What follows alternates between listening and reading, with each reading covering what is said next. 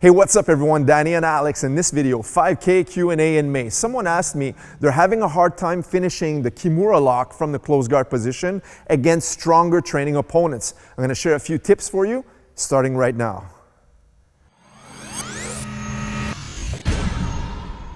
All right, so we're in the close guard position. So a couple of common mistakes is people don't make sure the hands are posted on the mat. Of course, if you're trying to Kimura lock when a person's already posting on you, it's going to be challenging. So there's a couple of ways I like to teach all the time, the simple ones, methods that are going to be quick and very efficient. The first one is using a monkey grip and just posting his hands on the mat. Notice how I pull my knees towards me as well. So from here, all I do is I drive forward. And now the other one is I come underneath and I'm going to go into a prayer position to swim the hands on the mat. Once I'm here, notice how I have the thumb grip. Okay, I call this the thumb grip around.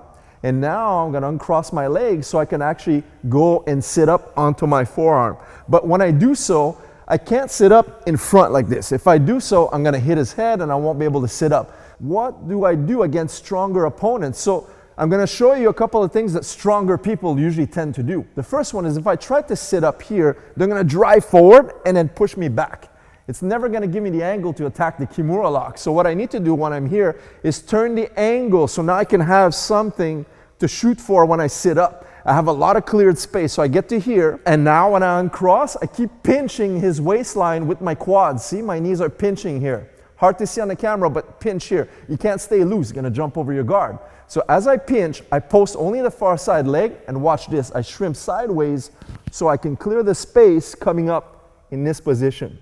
Now, of course, when I get to here, I need to lock up quickly. So I need to go over. What I like to do now, to make sure it doesn't come back to center line, I'm going to use the gravity, pushing with my arm like this on his shoulder. Keep him low so I can snatch the arm. I go underneath and now I grab my own wrist. Notice how I switch from the thumb grip to thumbless grip here.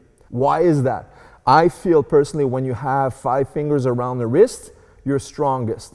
Once I'm in this position now, I'm going to drop back down to my back and watch this. This is the trick right here. This is where strong people will try to drive. They're going to drive all the weight and then suffocate you from the bottom. You can't try to finish from here. Now, let's look at the other angle. I'm going to start to switch my hips. I post on the mat and I drive sideways. See? Side, all the way here. And I can finish the lock. Okay?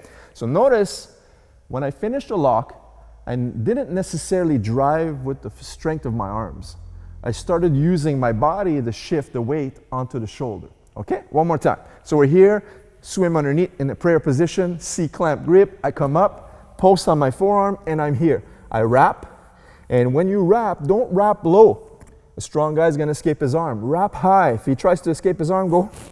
It's snug, and then you trap. So you go from here, and switch the thumb on top. Okay, now watch this. As I come down, I got to here, I shrimp, and I keep my leg on the small of his back. Very important. And then a strong guy is going to try to power out from here. So what I need to do is keep his arm glued to my chest.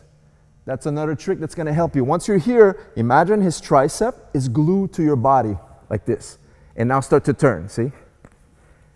And that brings the body weight against the strength. So it's very difficult for a strong person to start extending their arm when, number one, the arm is behind them, makes their arm very weak. And number two, when their arm is glued or their elbow glued to your body, it's attached. So now they have to fight against the strength of your own body. That's going to block the strength to extend the arm or even escape the Kimura. So I hope these tips are going to help you out the next time you hit the Kimura. But I want to add one little thing here, is sometimes nothing is foolproof in all of the techniques we have, and we have to have a plan B to resort to. So what I like to attach with the Kimura, sometimes I just refer to it as the Kimura sweep.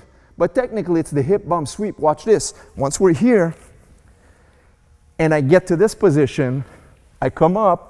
Now maybe the guy's strong and he's posting hard, all the weight on the mat, and I got to here and it's like, whoa, this is a rock here I'm fighting. So now hand is going to go onto his elbow. C-clamp and post. The transition from resistance comes to 1, 2 as quickly as possible. The reason I want to post up to my palm now instead of my elbow is I don't want him driving me forward like this, or I should say driving me back. He's going to drive forward. So I don't want him charging like this and putting me flat.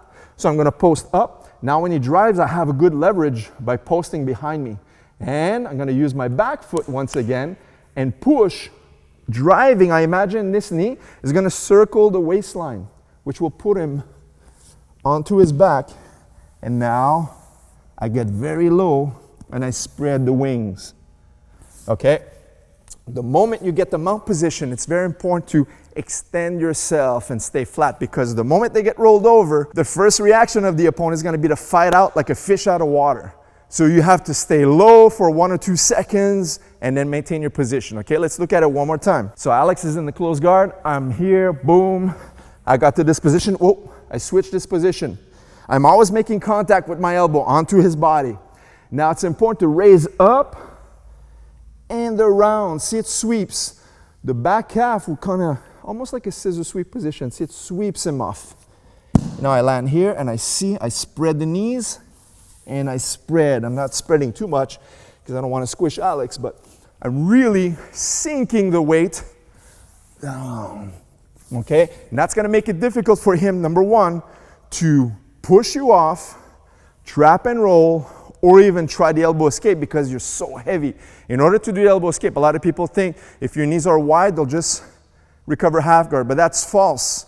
Because in order to do the elbow escape, they also need to face your leg where they're turning. They need to shrimp sideways. So if all of the gravity is squishing up, so they can't turn sideways, so that's going to nullify. That's another little trick of the trade I can share with you. I hope this answered the question on the close guard position. Practice. If there's anything I forgot to mention, ask me again and I'll recover. Take care.